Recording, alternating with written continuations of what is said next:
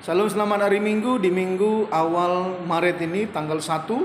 Selamat beribadah dan selamat melayani. Salam pengharapan di dalam Tuhan. Kita selalu punya pengharapan untuk menjalani hidup dalam penyertaannya. Satu renungan dari khotbah hari ini yang terambil dari 2 Korintus 5 ayat 16 sampai dengan 21 dengan tema misi adalah proyek Allah, yang mengingatkan kita bahwa misi itu Allah lah yang memulainya, Allah lah yang merencanakannya, dan kita hanyalah meneruskan apa yang menjadi kerinduan hati Bapa.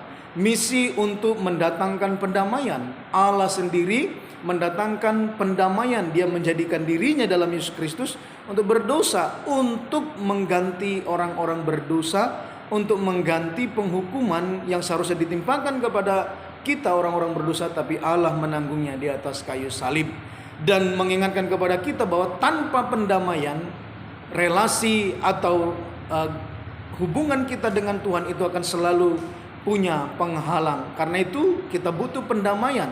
Tetapi dengan cara kita sendiri kita tidak mampu. Tapi Tuhan punya cara. Dia menyatakan Yesus Kristus sebagai jalan pendamaian bagi kita. Karena itu kita harus mau didamaikan dengan Allah melalui Yesus Kristus sebagai Tuhan dan Juru Selamat yang telah mati di kayu salib, untuk menjadi jalan pendamaian bagi setiap orang yang mau percaya kepadanya. Sehingga kalau orang itu sudah menerima jalan pendamaian itu dalam Yesus Kristus, maka dia akan menerima anugerah keselamatan di dalam Yesus Kristus yang menjadi jaminan bagi kita. Dan kalau kita melihat dari teks ini bagaimana orang-orang yang sudah didamaikan itu 16 dan 17 itu adalah orang-orang yang akhirnya juga akan diubahkan cara pandangnya, akan diubahkan cara hidupnya. Jadi berbicara tentang keselamatan itu tidak berbicara sekedar tentang surga, tapi berbicara tentang kehidupan kekinian, hidup yang telah percaya kepada anugerah keselamatan, hidup juga yang telah didamaikan, yang telah diubahkan sehingga hidupnya sungguh berkenan di hadapan Tuhan.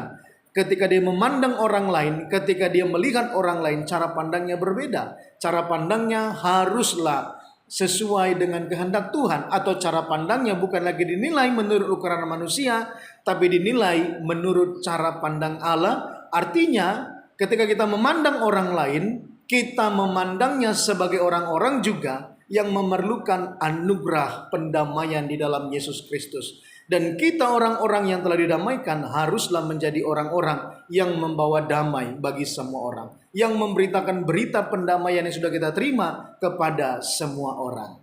Karena itu kita yang telah mendengar ini, kita harus mengerti misi itu proyek Allah, dan Allah telah mengerjakannya di dalam Yesus Kristus. Dan kita yang telah menerima Yesus Kristus sebagai Tuhan dan Juru Selamat, yang telah didamaikan, yang telah diubahkan, harus juga kembali mengerjakan, meneruskan misi itu untuk memberitakan pendamaian, mendatangkan damai sejahtera bagi orang lain. Selamat mengerjakan.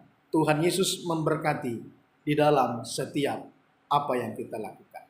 Amin.